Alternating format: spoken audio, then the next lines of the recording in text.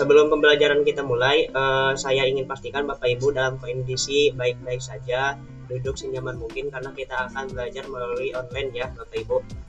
Bapak Ibu sudah siap semuanya? Siapa? Baik, kalau misalkan sudah siap, kita akan mulai saja pembelajarannya.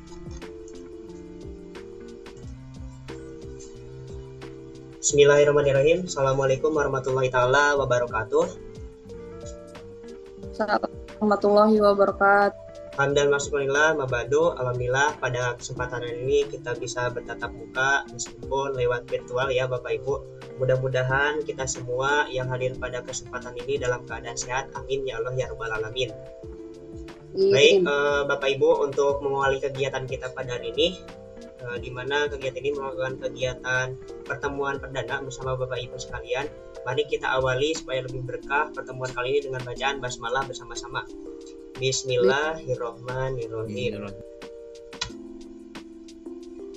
Nah, karena ini merupakan pertemuan pertama, Bapak Ibu izinkan untuk memperkenalkan diri.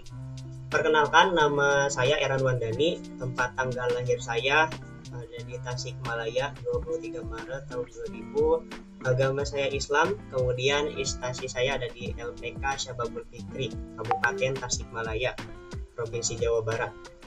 Nomor HP saya ada di 085 156 901 477. Kemudian email saya ada di eranwandani01@gmail.com. Ya, silahkan nomor HP-nya di-save, kemudian emailnya dicatat. Nanti kalau misalkan ada keperluan untuk tugas, Bapak Ibu bisa menghubungi saya melalui nomor HP atau email tersebut. Sampai di sini jelas ya Bapak Ibu, ada yang tanyakan? Tidak ada ya, baik, terima kasih. Nah, selanjutnya kalau misalkan saya bilang semangat pagi, Bapak Ibu jawabnya pagi semangat pagi luar biasa gitu ya. Oke, sekali lagi, kalau misalkan saya bilang semangat pagi, Bapak Ibu jawab pagi semangat pagi luar biasa gitu ya. Bisa ya Bapak Ibu?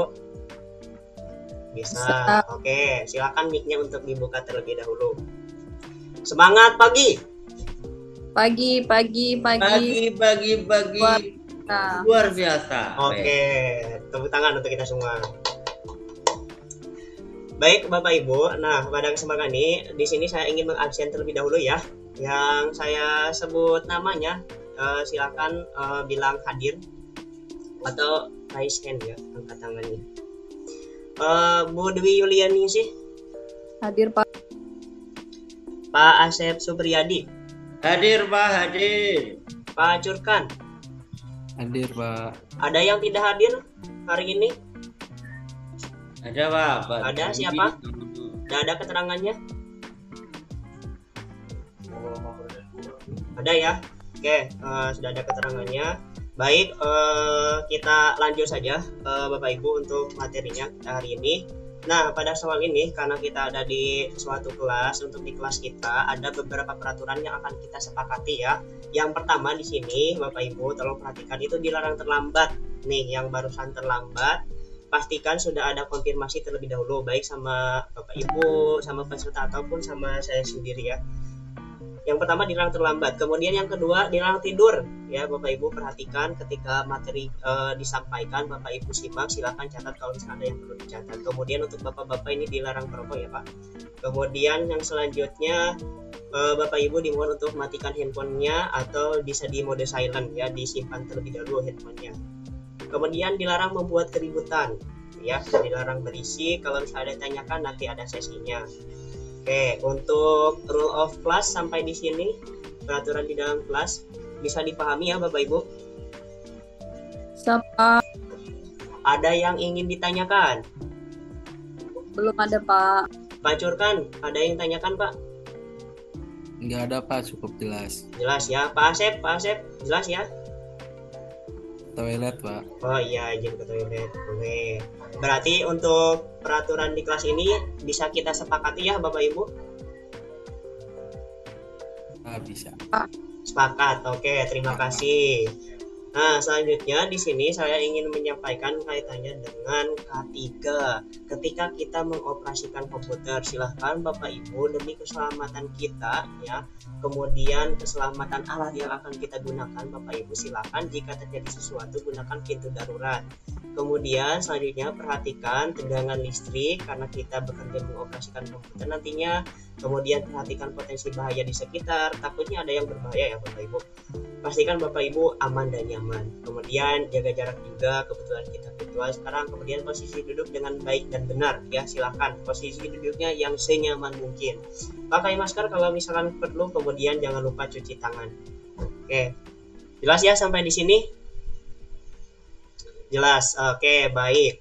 Nah, Bapak Ibu, selanjutnya Bapak Ibu, di sini saya ingin bertanya, Bapak Ibu ada yang pernah buat logo tidak? Belum, Pak. Belum. Kalau Pak Curkan pernah, Pak?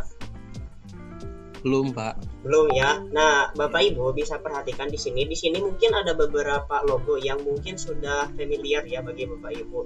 Di mana di sini ada sedikit manipulasi pada logo tersebut. Jadi agak sedikit dipelesetkan ya. Yang tadinya ini McDonald harusnya di diabetes. Ada KFC juga ditambahkan redaksi teks atau objek teks. Kemudian di sini ada yang harusnya Puma jadi Coma.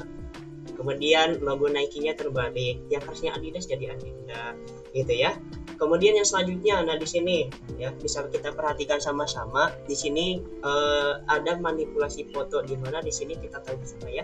Pak Curkan ini siapa Pak? Ronaldo. Pak. Ronaldo ya. Ronaldo ini kan pemain sepak bola. Nah di sini Ronaldo ini bekerja sebagai pegawai Indomaret ya. Nah ini memanipulasi foto. Kemudian di sini juga ada Avenger yang pakai apa itu seragam Muslim. Kemudian dari edit teks, manipulasi gambar kembali. Nah Bapak Ibu, pada kesempatan kali ini diperhubungan sekali dengan pembelajaran kita hari di mana kita akan belajar ya kaitannya dengan desain grafis gitu ya. Tapi sebelum kita belajar menggunakan aplikasinya, nah di sini kita akan belajar terlebih dahulu cara membedakan perangkat lunak pengolah vektor dan bitmap ya. Ini adalah judul pertemuan kita hari ini, di mana untuk unit kompetensinya itu adalah merupakan mengoperasikan perangkat lunak desain. Untuk kode unitnya itu ada di M74100.009.02 ya. Nah, adapun untuk roadmap-nya di pertemuan kali ini berdasarkan TNA atau Training Analysis kebutuhan pelatihan, kemudian dibuatkan pelatihan desain grafis. Di sini saya mengambil unit kompetensi mengoperasikan perangkat lunak, kemudian memilih perangkat lunak. Kemudian perangkat lunak dipilih sesuai kebutuhan, dan pada sesi ini sesuai judul kita akan membedakan perangkat lunak pengolah vektor dan bitmap ya.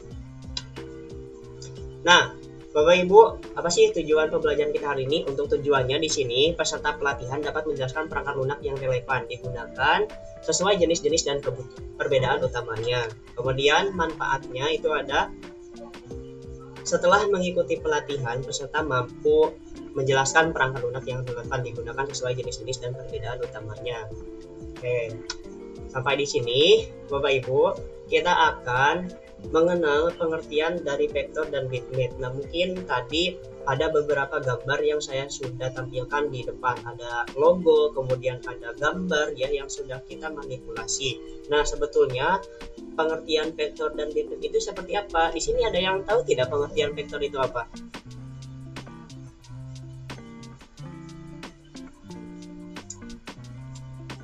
Belum tahu, Pak. Belum tahu ya. Oke, mari kita simak sama-sama ya supaya kita tahu. Kita akan ke pengertian vektor terlebih dahulu.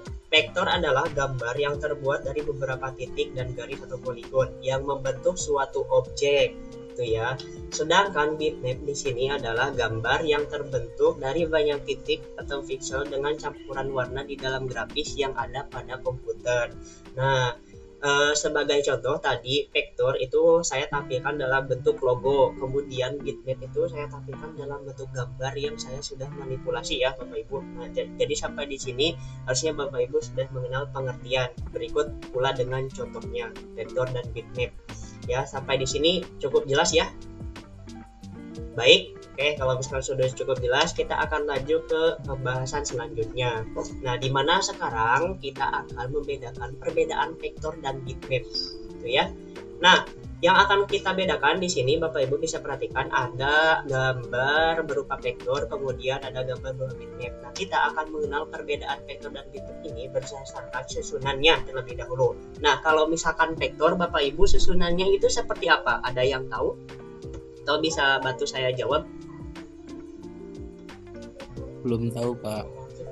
Oke, mungkin Bu Dwi tahu? Belum tahu juga, Pak. Baik, oke, saya jelaskan kembali ya Bapak Ibu. Jadi di sini untuk gambar vektor ya, kalau misalnya dilihat dari susunannya itu tersusun dari titik garis dan bentuk atau shape ya. Gambar bitmap, nah sebaliknya ini gambar bitmap itu tersusun dari titik-titik berwarna piksel dalam suatu grid.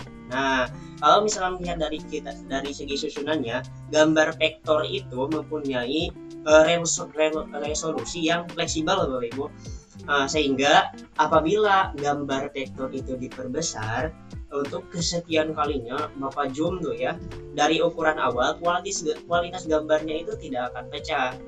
Ya, sebaliknya untuk bitmap, ketika Bapak Ibu memperbesar gambarnya itu beberapa kali Bapak Ibu zoom itu dari ukuran awal, maka gambarnya itu akan pecah Bapak Ibu ya. Nah, mungkin itu adalah perbedaan vektor dan bitmap kalau misalnya lihat dari segi susunannya. Kemudian yang selanjutnya kita akan membahas kaitannya dengan perbedaan vektor dan bitmap melalui size-nya atau ukurannya ya.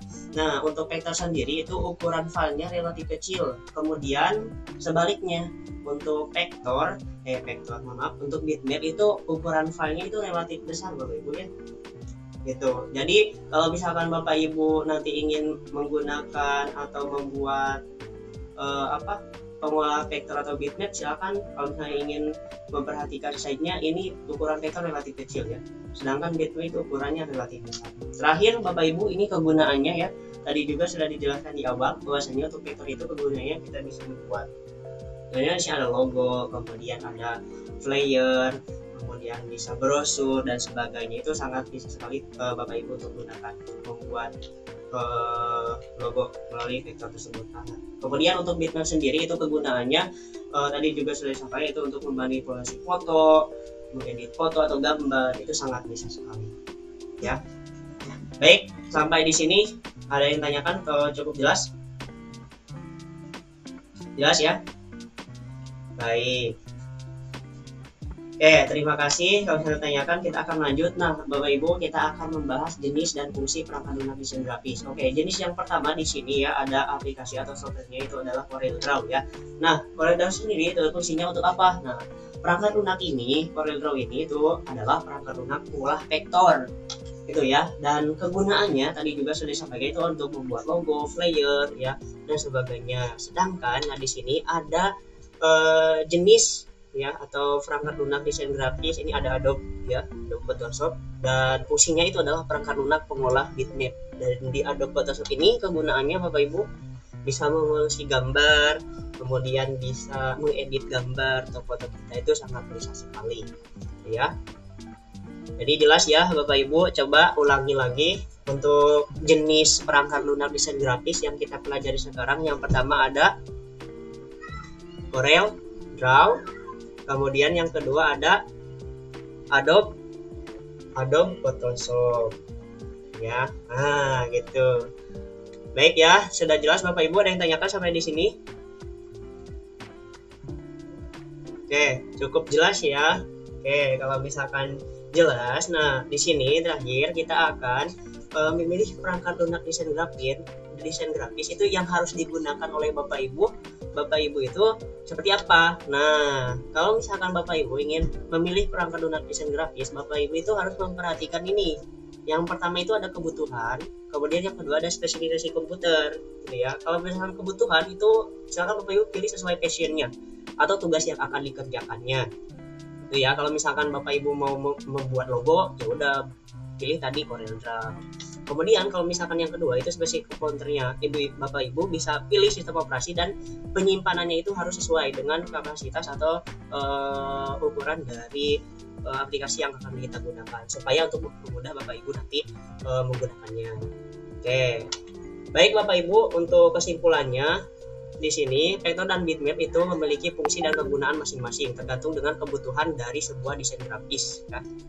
Itu sebagai kesimpulannya. Nah, sampai di sini kita akan melakukan aplikasi ya. Yang tahu jawabannya silakan Bapak Ibu angkat tangan ya. Tahu silakan langsung jawab. Yang pertama, sebutkan salah satu perangkat lunak untuk mendesain vektor. CorelDRAW, Pak. CorelDRAW ya. CorelDRAW. Pak Curkan, terima kasih atas jawabannya. Bagaimana Bu Dwi? Apakah benar jawaban dari Pak Curkan? Benar, Pak. Oke, ya jawabannya benar sekali. Jadi CorelDRAW itu adalah perangkat lunak pengolah vektor. Soal nomor 2, apa fungsi perangkat lunak Adobe Photoshop? Silahkan yang bisa. Ya Pak Asep. Ya untuk mengedit foto Pak. Oke, ya. Betul sekali jawabannya, yaitu mengedit bitmap dan foto. Terima kasih Bapak Ibu yang sudah menjawab. Nah, untuk selanjutnya Bapak Ibu kita akan melaksanakan evaluasi pembelajaran. Untuk soalnya saya share ya berupa PG 2 soal. Bapak Ibu silahkan jawab sesuai dengan kemampuannya masing-masing. Jangan mencontek ya. Kalau sudah nanti bisa dikumpulkan kembali untuk soalnya. Untuk waktu evaluasi pembelajaran 2 menit waktunya dimulai dari sekarang. Mangga silakan dikerjakan.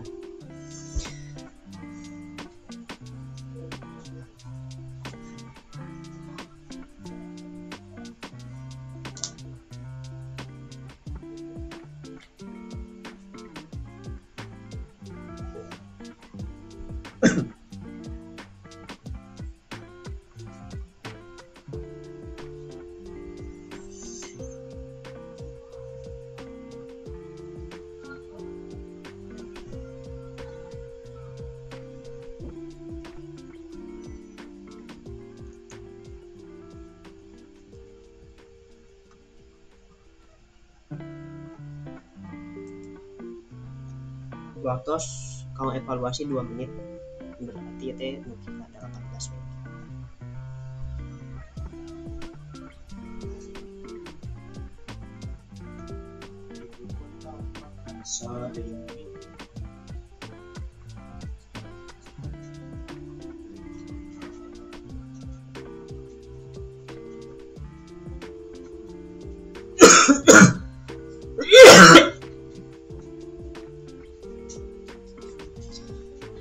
Baik Bapak Ibu, untuk waktu evaluasi masih ada 1 menit.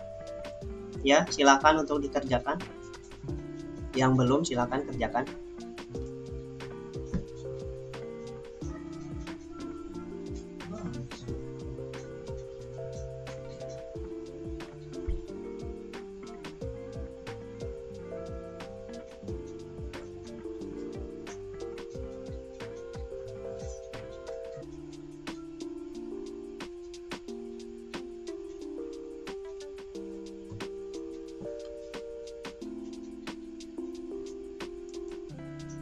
Baik Bapak Ibu, mohon perhatian untuk waktu evaluasi pembelajarannya sudah selesai. Terima kasih Bapak Ibu yang sudah menjawab ya evaluasi pembelajarannya. Nanti saya akan coba cek kembali. Intinya Bapak Ibu semuanya sudah good dengan menuntaskan evaluasi pembelajarannya. Silakan untuk dikumpulkan evaluasi pembelajarannya.